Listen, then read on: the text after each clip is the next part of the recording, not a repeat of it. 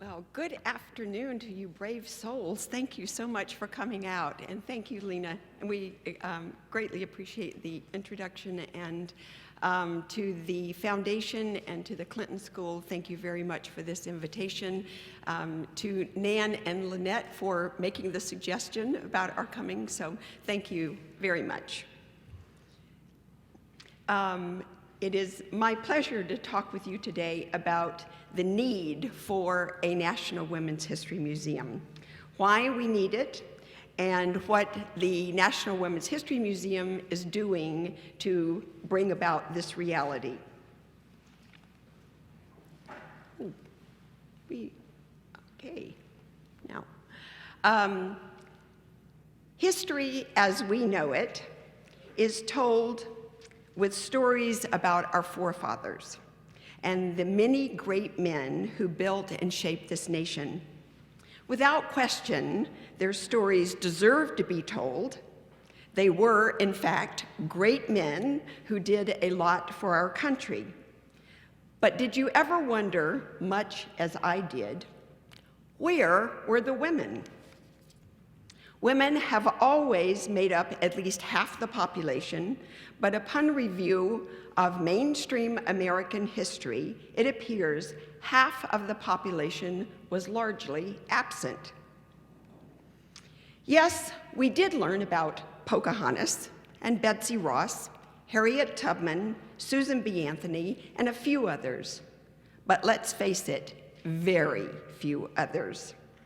For all intents and purposes, women's history is largely missing. The number of remarkable, trailblazing, yet largely forgotten women who've come from Arkansas alone is astonishing.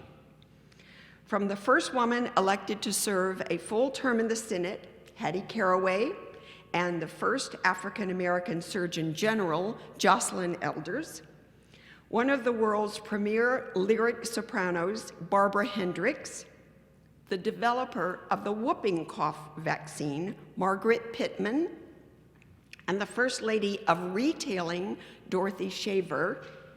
Of course, we would have to mention Maya Angelou. And how many people realize that 6 of the Little Rock 9 were little girls, brave young girls? And of course, there was Dale Evans, who she was best remembered as being the wife, of course, of Roy Rogers.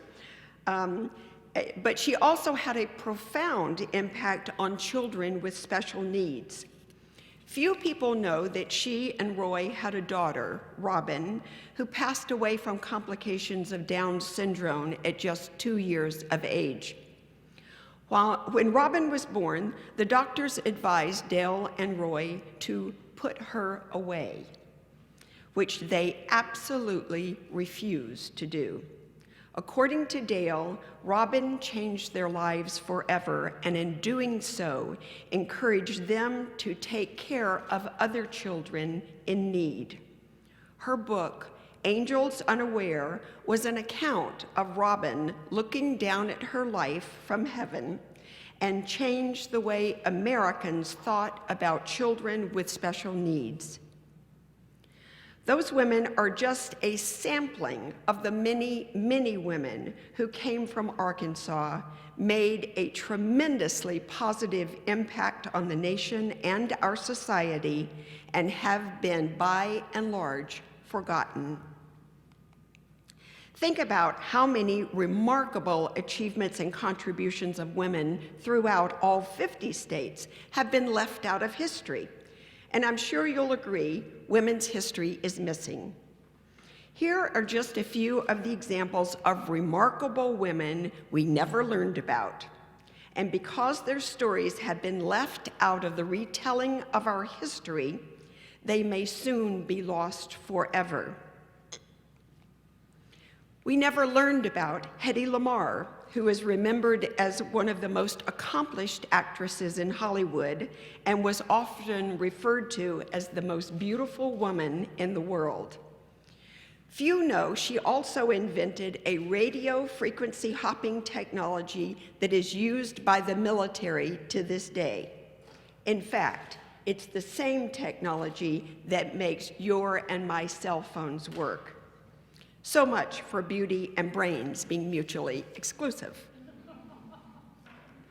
We never learned about Deborah Sampson, a young woman who felt so fiercely independent during the Revolutionary War that she disguised herself as a man so she too could fight.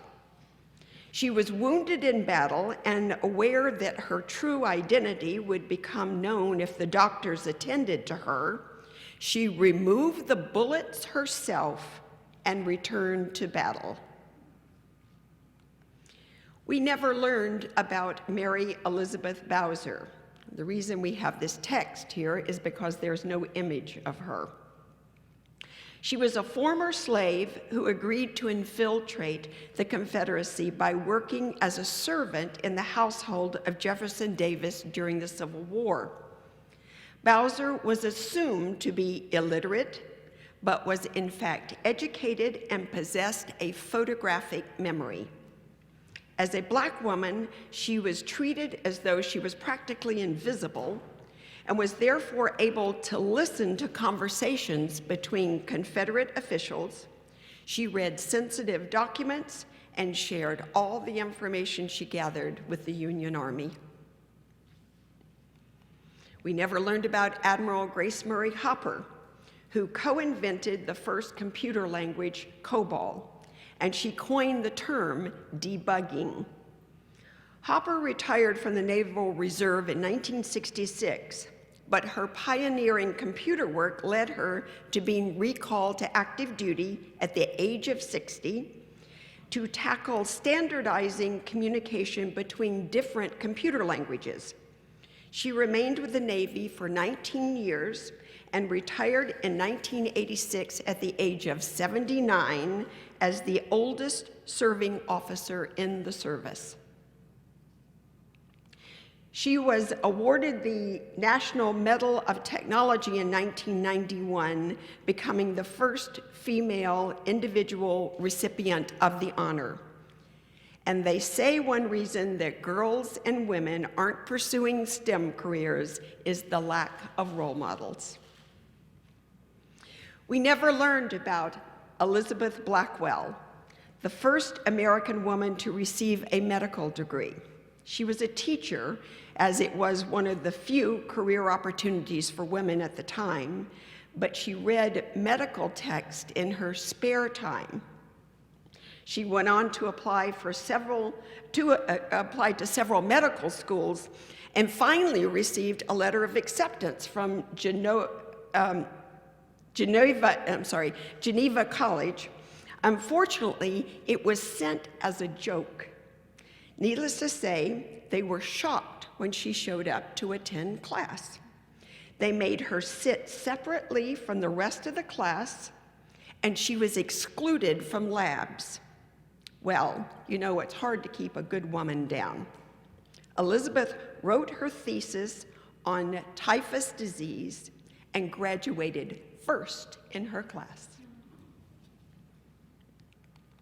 We never learned about Nellie Bly, a groundbreaking reporter and pioneer in the field of investigative journalism.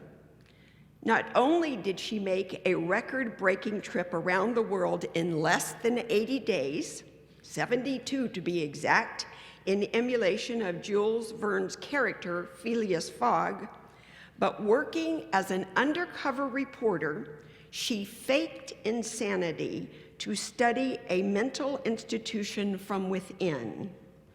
Her expose ripped open the abuses of New York's Blackwell Island, also known as the Island of the Untouchables, and led not only to sweeping changes in how the city regarded the infirmed and the incarcerated, but directly influenced asylum reform.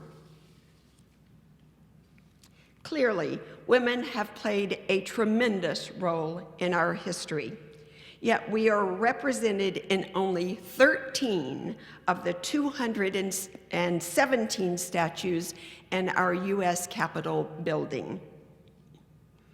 And according to a study conducted a few years ago, women account for only 1 in 10 characters in American history textbooks, and in the majority of cases, we're included in a sidebar. So, why should we care?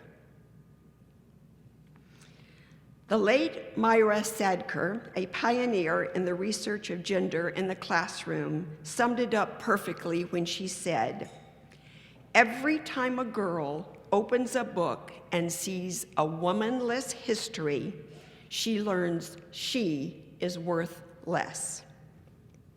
When girls don't see themselves in textbooks, they learn that to be female is to be invisible. And so I ask you, is it really any wonder that so many women are trying to learn to lean in? If we had grown up knowing about the remarkable women who contributed so much to building this country, we'd already be in.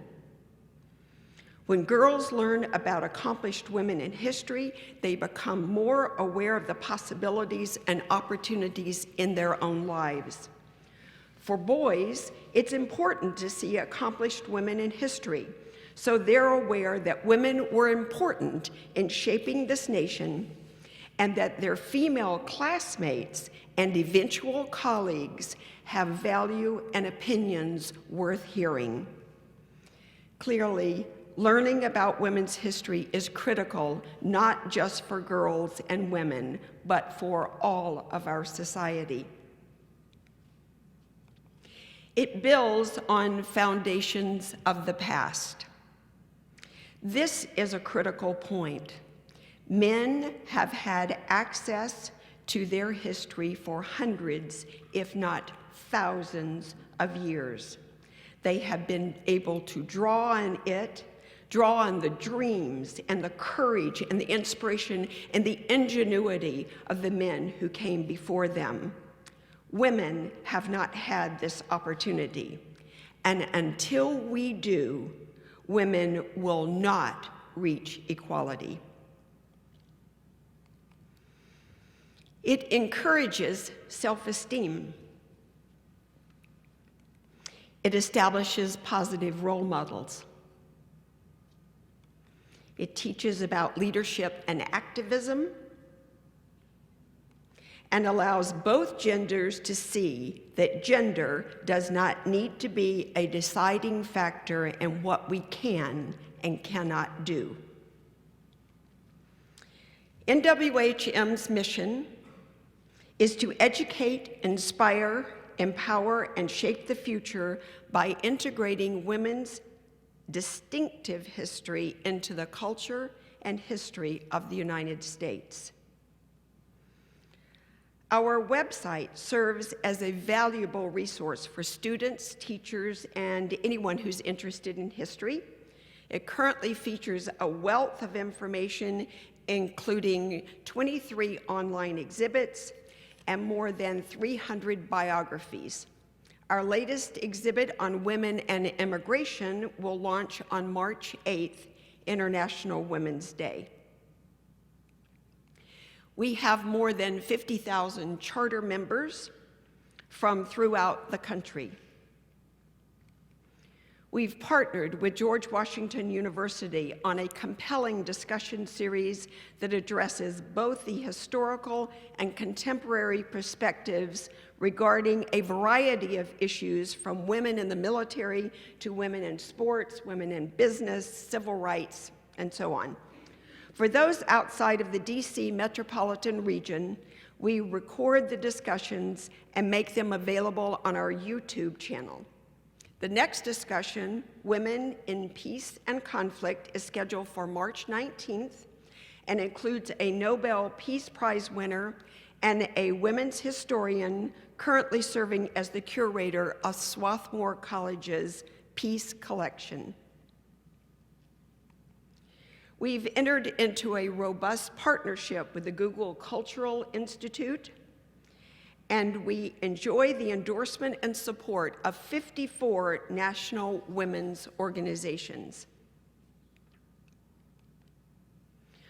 One of the key objectives toward weaving women's history into our national narrative is the realization of a National Women's History Museum at our nation's most symbolic civic space, the National Mall in Washington, D.C. You know what they say, location, location, and location. As you might imagine, building on or near the National Mall requires an act of Congress. To that end, NWHM first introduced legislation seeking approval to build on the last remaining site on the mall in 1999. I say first introduced because we wound up reintroducing legislation in every session of Congress until this most recent. It bears noting that our legislation had passed in either the House or the Senate, but not both bodies, until last December when the House and Senate passed our bill just hours before Congress recessed. We have learned a lot in the last 18 or more years, and one of those things was that our best shot at securing a site on the mall would be through a Congressional Commission. This was the route that was taken by the National African American Museum of History and Culture, which is slated to open in 2016, and the National Museum of the American Latino, which has yet to be authorized a site. We also learned that the days of building federally funded museums is probably over. If we are going to build this museum, we have to do it with private funds. That doesn't scare us. Well, maybe a little bit. We also learned that federal funds would not be available to cover the cost of the Congressional Commission. So we remain undaunted. Thanks to the incredible bipartisan efforts of our sponsors, Senators Barbara Mikulski on the left, Susan Collins, Representatives Carolyn Maloney and Marsha Blackburn, the legislation passed out of the House and Senate and was signed into law on December 19th by President Obama. The law calls for an equally bipartisan commission to conduct a study and report back to Congress with its recommendations regarding the governance, organizational structure, operations, fundraising, and site location for the National Women's History Museum. The commission will be comprised of 8 members selected by the House and Senate's majority and minority leaders, and will have 18 months to conduct its studies and produce its report for Congress. In the meantime, NWHM will continue its efforts to integrate women's history into the mainstream by introducing new programs and content, hosting events to raise awareness about the critical and indispensable role women have played in our history, and provide support for the commission as needed. While it may seem to be taking a very long time to build this museum, I remind you it took 72 years for women to gain the vote, and it was more than 100 years between the time it was first thought to honor African American history and culture and the time that President Bush signed the legislation into law. So while it does seem to be taking a long time to build the museum, we are, in fact, right on schedule.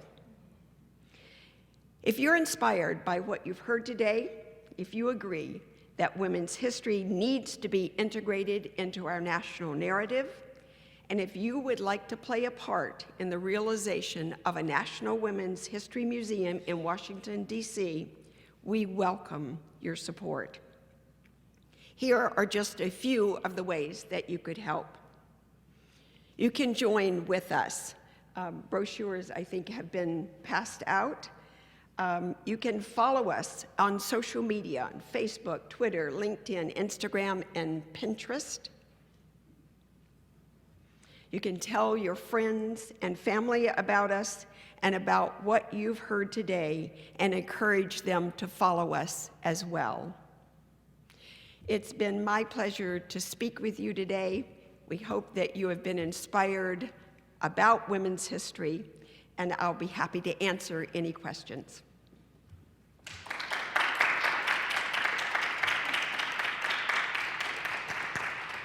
Joan, thank you.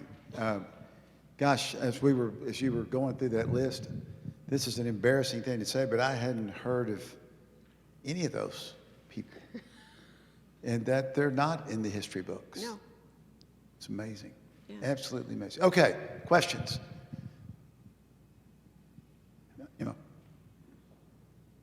Hi, I'm Emma. I'm a student here, and I can't wait for this museum to have a prominent spot on the mall.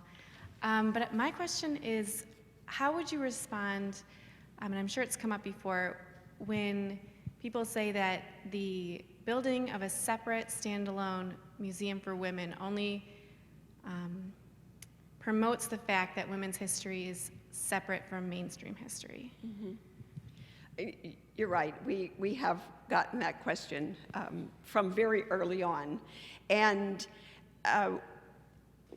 what we believe is that there needs to be a separate women's history museum, so when people walk in and they see all of this information about women's history that they never knew, that they are amazed by it, that they, as I think one of my board members says, it's the shock and awe factor.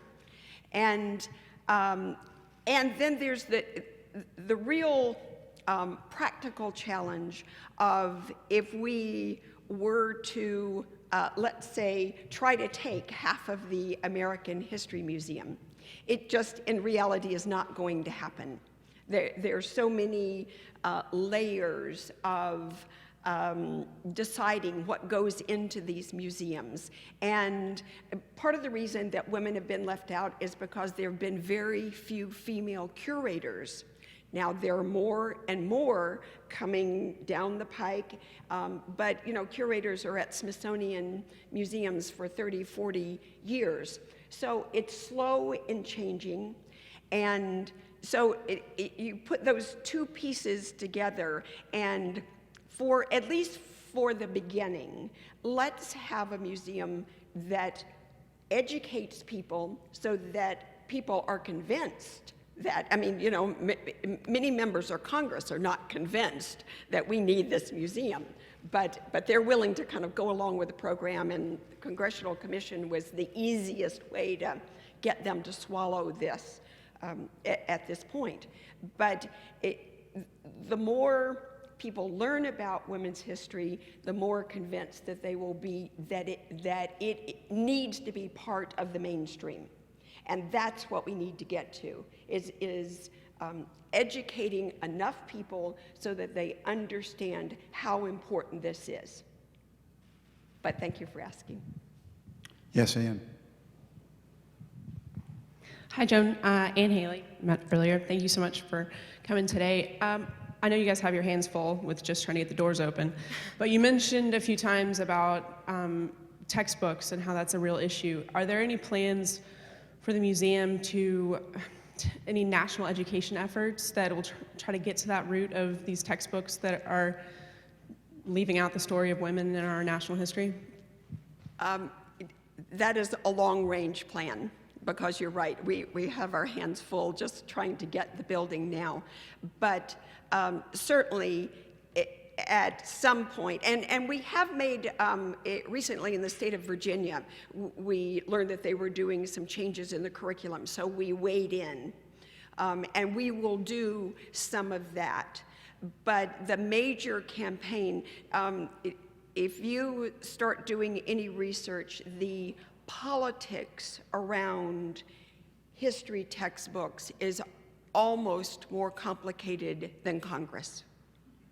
So it is going to take a lot of effort and a lot of education to get the textbooks up to where they need to be. So yes, it's definitely on the radar, but it's a mammoth mammoth project. Yes, Joe. Wait for the microphone, please. Could you talk a little about how you see this museum effort positioned vis-a-vis existing national women's collections that have been in operation for some time? I'm thinking about the National Park Service, Seneca Falls, which is on the East Coast, and the Autry Museum on the West Coast, which has taken in another collection devoted to women's history. That's right.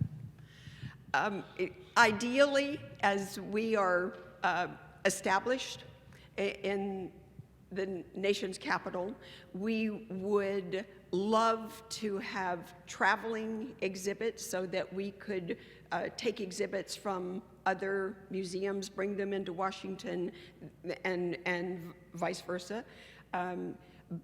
But everybody won't make it to Washington. You know, that's just a reality. So working with other women's history museums or historical societies and that type of thing across the country will be a way for us to get information about women's history out into the general public. You talked about Seneca Falls. That's a National Park Service entity, and I think it would be grand if we could borrow artifacts and bring them to Washington on loan, that type of thing. But you know, all of that will just have to be worked out as we're moving forward. But you know, there could be an entire system of exchanging and traveling these artifacts such that more of the public gets to see them in person.